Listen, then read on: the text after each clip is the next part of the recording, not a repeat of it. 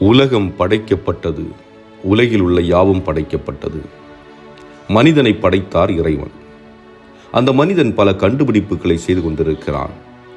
நாம் படைத்தவரை விட கண்டுபிடித்த பொருட்களை கொண்டாடி கொண்டிருக்கின்றோம். நான் இத்தாலியில் இருந்த பொழுது ஃபியாட் கம்பெனியில் பெரிய பொறுப்புகளில் வேலை செய்த ஓய்வு பெற்ற ஒருவரிடம் பேசும்போது அவர் கூறுகிறார், நாங்கள் ஏதாவது பெரிய நிறுவனம் புதிய வாகனங்களை உற்பத்தி செய்து சந்தைக்கு கொண்டு வருகிறது என்றால் அதை உடனடியாக வாங்கி அதை அக்குவேராக ஆணிவேராக பிரித்து அதில் என்ன புதிய தொழில்நுட்பம் பயன்படுத்தப்பட்டிருக்கிறது என்று தெரிந்து கொள்வோம். அதன் பின்பு அதற்கேற்றாற்போல் எங்களுடைய வாகனத்தை நாங்கள் வடிவமைப்போம் என்று சொன்னார். அதன் பிறகு அந்த வாகனம் எதற்கும் பயன்படாது.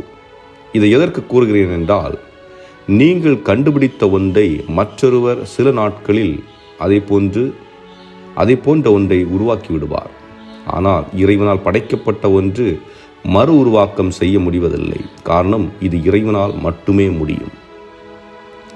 இன்றைய முதல் வாசகத்தில் தூய பவுல் கூறுகிறார், மனிதனுக்கு கடவுள் மூச்சையும் உயிரையும் மற்றனைத்தையும் கொடுத்தார். அவன் வாழ்வுக்கு வரையறை கொடுத்தார். அதாவது நமது வாழ்வு இந்த உலகில் குறுகிய காலம். இந்த காலத்தில் நம்மை படைத்தவரை நாம் நெருங்க வேண்டும். அவர் தொலைவில் இல்லை, ஆனால் நம்மோடு இருக்கிறார், நமது அருகில் இருக்கிறார். நாம் அவரை சார்ந்தே வாழ்கிறோம், அவரை சார்ந்தே இயங்குகிறோம் என்ற உண்மையை நாம் புரிந்து வாழ வேண்டும் என்று நமக்கு அறிவுறுத்துகிறார். இன்றைய நற்செய்தியில் இயேசு கூறுகிறார், தூய ஆவியானவர் வருவார்.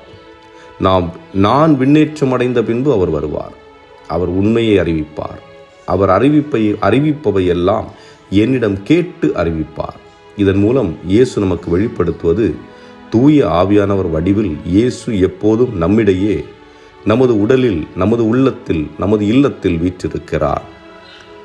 அன்புமிக்கவர்களே, உலகம் எவ்வளவு வளர்ச்சி அடைந்து சென்றாலும் அன்பு, பாசம், நேசம், உறவு, நட்பு, தோழமை, சமூகம் இல்லையென்றால் நாம் நரகத்தில் வாழ்கிறோம் என்று பொருள்படும்.